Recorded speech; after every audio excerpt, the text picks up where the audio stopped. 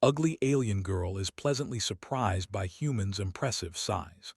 The trade world of Ketronine never truly slept. Its metal towers curved like stacked rings around a pale artificial sun, and ships from 100 star systems arrived every hour. The air inside the main station hall carried many smells: coolant mist, polished steel, and the faint trace of alien spices drifting from cargo bays. Voices echoed in different tones and rhythms, some sharp, some musical, some deep enough to make the floor vibrate. In one quiet corner of the hall stood Rilthi. She was small for her species, with uneven skin plates and eyes set wider apart than most. On Ketronine, where beauty often decided status, she was rarely noticed for good reasons. Rilthi worked as a junior survey clerk, assigned to log ship arrivals and update structural reports. It was safe work, quiet work, and work that kept her out of trouble. She liked it that way. Rilthi stood at her console, carefully adjusting a floating screen with three thin fingers.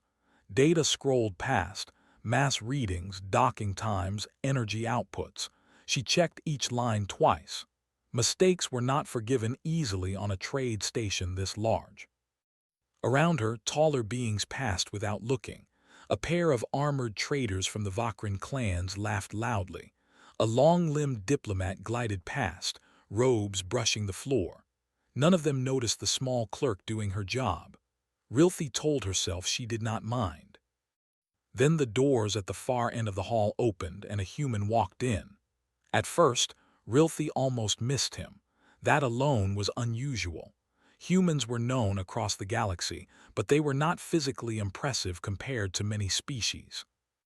This one wore simple travel clothing, dark fabric, sturdy boots, no visible weapons. He carried a small case and walked with an easy, unhurried pace. Compared to the giants around him, he looked small. A Vakran trader glanced down at the human and snorted. Another being stepped aside, not out of respect, but simply because the human was in the way. No guards rushed forward. No officials hurried to greet him. Rilthi watched quietly as the human stopped in the center of the hall and looked around. He did not look lost. He turned his head slowly, eyes moving across support pillars, ceiling struts, and the massive docking gates. His gaze lingered on the upper levels, where thick beams crossed like a web above the hall. Rilthi frowned slightly. Most visitors stared at displays or crowd signs. This human was studying the station itself. She returned her attention to her console, but a strange feeling stayed with her. Minutes passed. The hall buzzed with normal activity. Then, without warning, a low hum rolled through the floor. Rilthi froze. The hum deepened into a vibration. Lights flickered. A sharp tone rang out across the hall: structural alert, Sector Hall 7. Load imbalance detected. Conversation stopped. Cargo drones paused midair.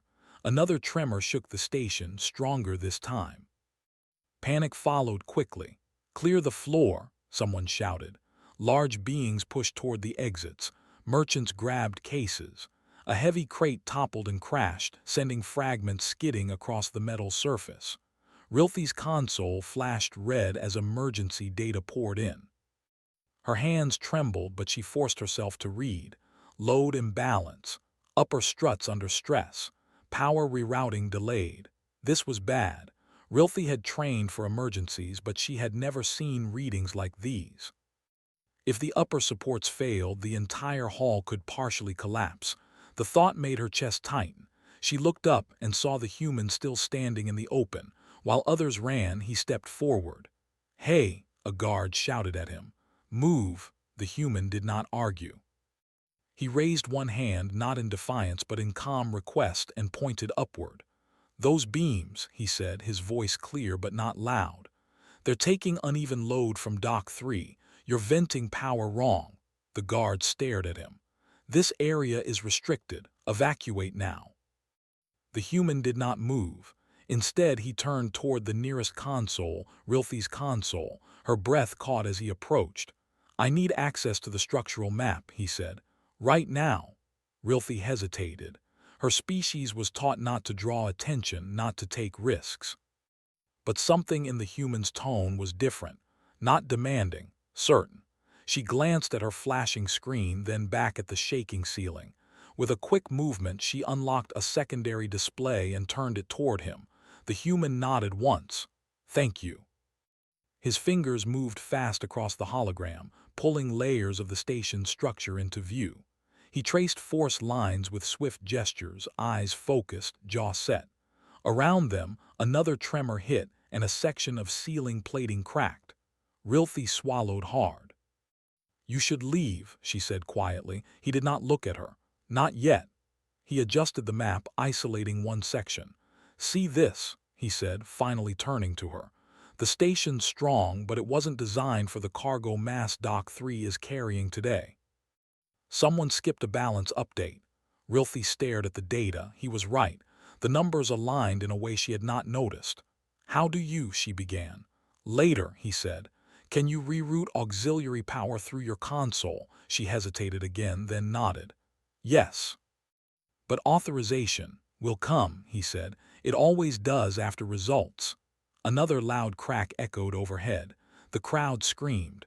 Rilthi's fear sharpened into focus. She worked. Her fingers danced across the controls, opening channels she had never used before. The human directed her calmly, pointing out nodes and timing the shifts. Sweat formed along her neck plates as the station groaned around them. Above, the strained beam stopped cracking. The vibration softened. Lights steadied. A moment passed, then another. The alert tone changed pitch. Load stabilizing. Emergency reroute successful. The hall fell into stunned silence. Guards stared at the ceiling. Merchants slowed their retreat. One by one, beings realized they were still standing. Rilthi let out a shaky breath she did not know she was holding. The human stepped back from the console. Only then did the station commander arrive, flanked by security. "Who authorized this reroute?" the commander demanded. The human raised his hand slightly. "I suggested it." The commander looked him up and down, clearly unimpressed by his size. "You are human systems engineer," he replied. "Independent." The commander turned to Rilthi. "And you complied." Rilthi felt every eye on her. Her voice trembled, but she answered honestly. "Yes." The solution was correct. The commander paused, then looked back at the stabilized readings. His posture stiffened. "Well," he said slowly, "it seems it was." The human gave a small smile, not of pride but of relief. As security began securing the area, the crowd slowly returned, buzzing with confused chatter. Rilthi stepped away from her console, legs weak. She looked at the human. Up close, he still did not look impressive in the way the galaxy usually measured things. He was not tall here, not armored, not loud. Yet when he stood in the center of the hall with towering beings around him and a save station above, Rilthi felt something shift inside her. He noticed her gaze and nodded politely. "Good work," he said. No one had ever said that to her before. As he walked away, Rilthi realized she had witnessed something rare, not a display of force but of understanding. The human had been small in body, but the way he had faced a massive danger made him seem far larger than anyone else in the hall. She watched him disappear into the crowd, her mind racing. For the first time, Rilthi wondered if the galaxy had been measuring the wrong things all along. Rilthi could feel it. Even as traders reopened cases and guards lowered their weapons, quiet conversations followed the human wherever his name was mentioned. Some called him reckless, others called him lucky. A few, especially the engineers who arrived late and studied the stabilized readings, looked unsettled. Rilthi returned to her station, but her hands moved more slowly now. Her thoughts stayed with the human systems engineer. She replayed his calm voice, the way his eyes had moved across impossible amounts of data, and how he had trusted her without hesitation. That trust lingered. A short time later, her console chimed with an incoming request. She straightened in surprise. "Request for Junior Survey Clerk Rilthi, Engineering Annex, Engineering Annex."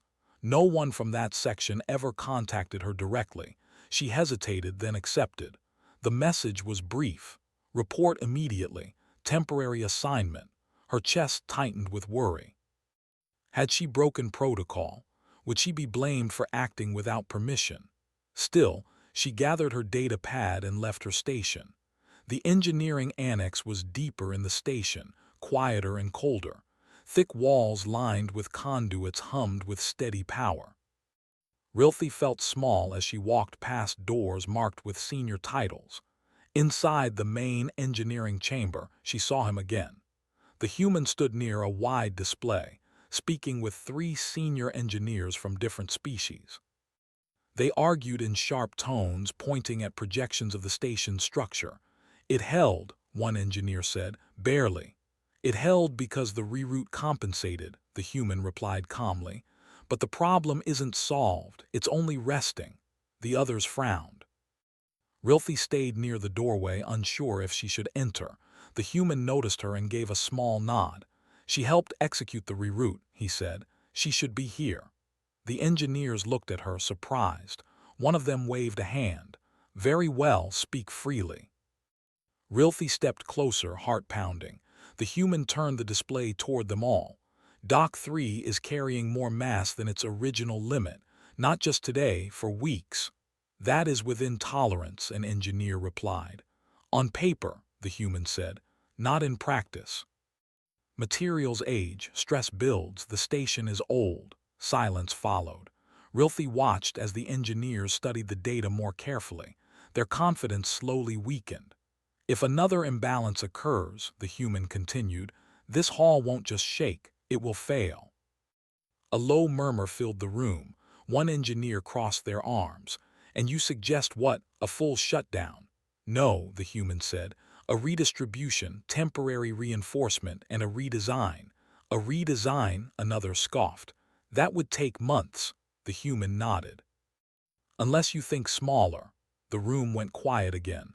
Rilthi felt a strange spark of understanding. She leaned forward slightly. You mean using existing structures differently? The human looked at her, eyes bright. Exactly. The engineers turned to her, surprised. She swallowed and continued, encouraged by the human's attention. Some support frames are underused. If load paths are adjusted, the stress can be shared. One engineer tilted their head. That would require precise timing. The human smiled. Humans are good at timing. After a long pause, the lead engineer exhaled. We will consider it. The meeting ended soon after. As the others left, the human stayed behind, adjusting the display. Rilthi lingered awkwardly. I should return to my station, she said. You could, the human replied. Or you could help me double-check something. Her eyes widened. Me. You know this station's habits, he said. Data never tells the whole story. She hesitated only a moment before stepping forward.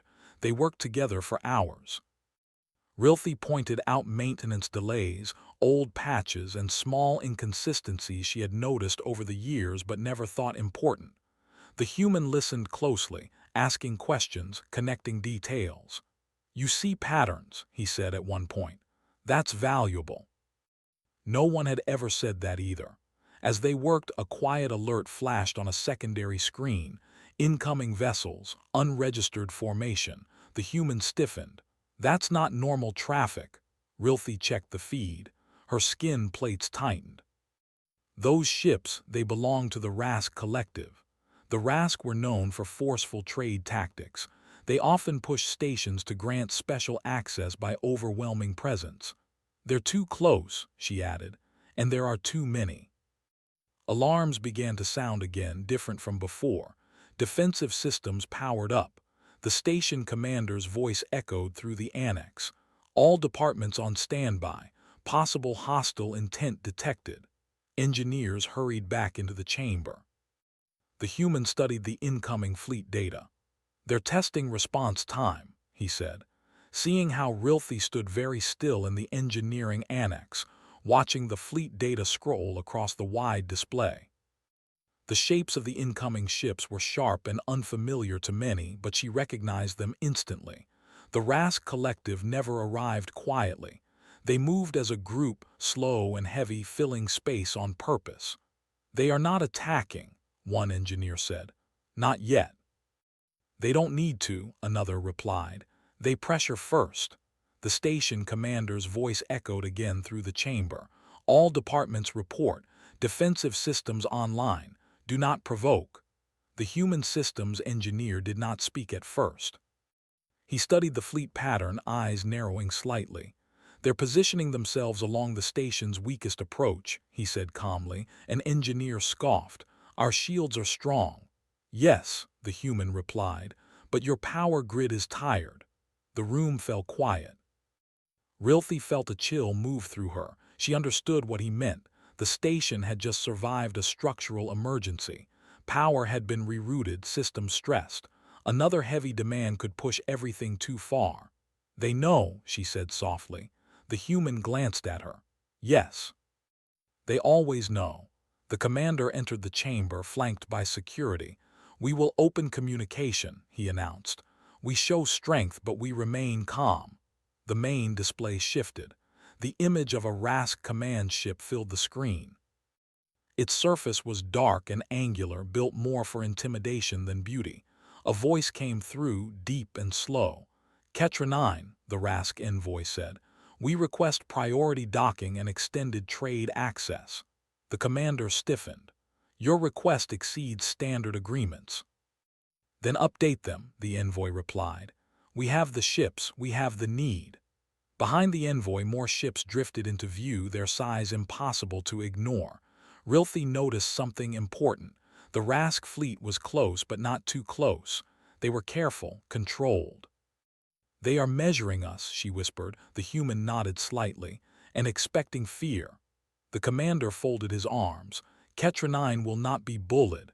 The Rask envoy's voice lowered. "We prefer cooperation, but accidents happen, especially to stations under strain." Several engineers exchanged worried looks. The human stepped forward. "Permission to speak," he said. The commander hesitated. "You are not a registered diplomat." "No," the human agreed, "but I understand systems and people." After a tense pause, the commander nodded. "Very well, speak." The human faced the screen. He did not raise his voice. "You're right," he said. "Accidents do happen. That's why we've already corrected the imbalance you were hoping to exploit." The Rask envoy tilted its head slightly. "Interesting claim." The human continued. "We redistributed load across unused support frames, reduced stress on the grid, increased response speed." That was not entirely true yet, but it could be. Rilthi's eyes widened as she realized what he was doing, bluffing, but with math. The envoy was silent for a long moment. "You are human," it finally said. "Your species is small." The human smiled faintly, "and very careful." He gestured to the side display, which showed projected power flows and reinforced pathways, simulations Rilthi had helped build earlier. "We can support your ships," he said, "safely, one at a time, under station terms." The envoy's eyes flicked across the data. Rilthi held her breath. The Rask collective respected strength, but they respected certainty even more. "You are confident," the envoy said. "I am accurate," the human replied. The channel closed. For several seconds no one spoke. Then the commander let out a long breath. "Did we just win?" "Not yet," the human said, "but we bought time." Time was everything. The next hours were tense. Engineers worked non-stop, following the human's guidance. Rilthi moved between consoles, relaying updates, adjusting flows, watching for errors. Her fear slowly turned into focus. For the first time in her life, she felt essential. The Rask ships held position. They did not advance. Finally, a single Rask vessel requested docking under the station's rules. Cheers echoed through the annex. The commander turned to the human. "Your name will be recorded." The human shook his head. "Record the station, record the team." His eyes met Rilthi's. "Especially her." Rilthi froze. Heat spread across her skin plates. The commander nodded thoughtfully. "Junior Survey Clerk Rilthi," he said. "You will receive commendation." She could barely speak. "Thank you." Later, as systems stabilized and the crisis eased, Rilthi found herself standing beside the human on an observation deck. Beyond the transparent barrier, stars drifted slowly, calm and distant. "You didn't have to include me," she said quietly. He leaned against the rail. "Yes, I did." She looked at him, confused. "Stations don't survive on strength alone," he said. "They survive on people who pay attention." She thought of all the years she had noticed small things and been ignored. "I always thought being unnoticed was safer," she admitted. The human smiled gently. "Sometimes, but sometimes being small means you can see gaps others miss." She watched the Rask ship dock smoothly, guided by the new load paths they had created together. "Is that what you mean by size?" she asked. He looked at the stars before answering. "Size is the space you can hold," he said, "in a problem, in a moment, for others." Rilthi felt something settle inside her, not pride exactly, but possibility. She was no longer just a clerk in the corner, and the galaxy was beginning to learn that humans, though small in body, could stand very tall when it mattered most. It was not that kind of station. But in the days after the Rask Collective accepted the station's terms, something quiet and powerful spread through its halls. Systems ran smoother. Schedules tightened. Engineers spoke with less argument and more listening. For the first time in many cycles, the station felt balanced, not just in structure but in spirit. Rilthi noticed the change everywhere she went. When she walked into the engineering annex now, heads turned. Not in judgment, in recognition. Some nodded to her. Others asked her opinion before making changes. Her title had not changed much, but her role had. She mattered. The human systems engineer, whose name she finally learned was Evan, remained on the station longer than planned. Officially, he was consulting on structural improvements. Unofficially, he was teaching. He never lectured. Instead, he asked questions. "What happens if this fails?" Rilthi watched how even the most senior engineers leaned in when he spoke, not because he demanded attention, but because he made space for others to think. One morning, as Rilthi reviewed updated stress maps, a station-wide message sounded. "All personnel," the commander announced, "please attend the central hall." A gathering. That was rare. Rilthi joined the flow of beings moving toward the hall where it had all begun. The same towering pillars stood firm now, reinforced and adjusted. New support lines gleamed faintly along the ceiling. The commander stood at the center, flanked by representatives from several species. "Recent events have shown us something important," the commander said. "We believed strength was measured in size, force, and numbers. We were wrong." A quiet murmur moved through the crowd.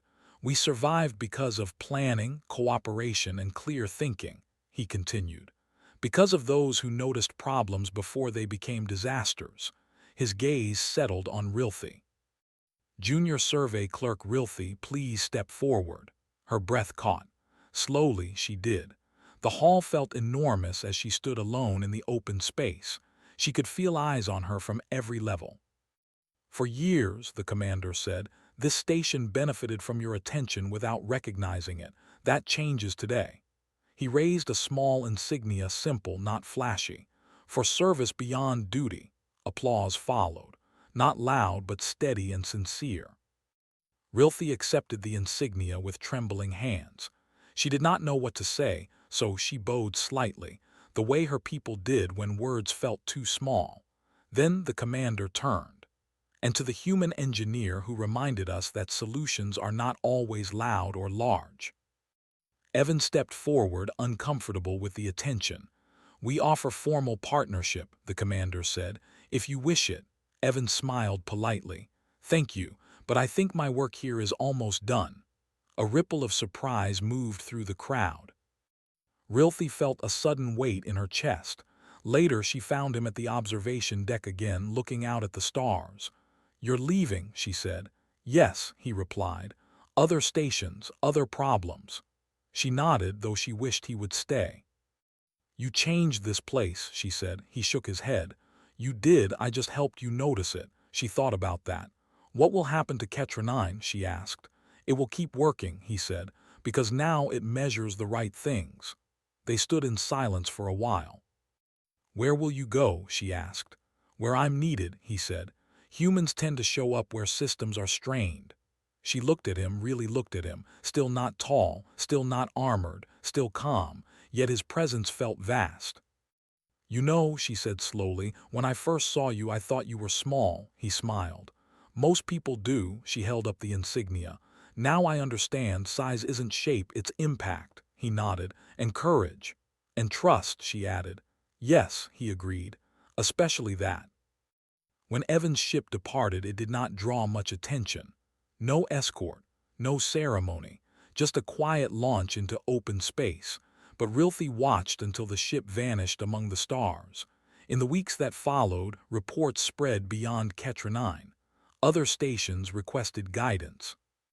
Other commanders asked questions. Human engineers were invited not as muscle but as minds. The records changed too. Where humans were once listed as moderate influence, new notes appeared. High adaptability, strong problem-solving capacity, unexpected leadership potential. Rilthi read those lines with a small smile. She returned to her console, but it no longer felt like a corner. It felt like a center. When young clerks asked her for advice, she gave it freely. When engineers debated designs, she spoke up. When problems appeared, she did not shrink. She remembered Evan's words. "Size is the space you can hold." One day, as she adjusted a new station model, she realized something else. She was no longer surprised by human size. She had learned to recognize it. And because of that, she had discovered her own.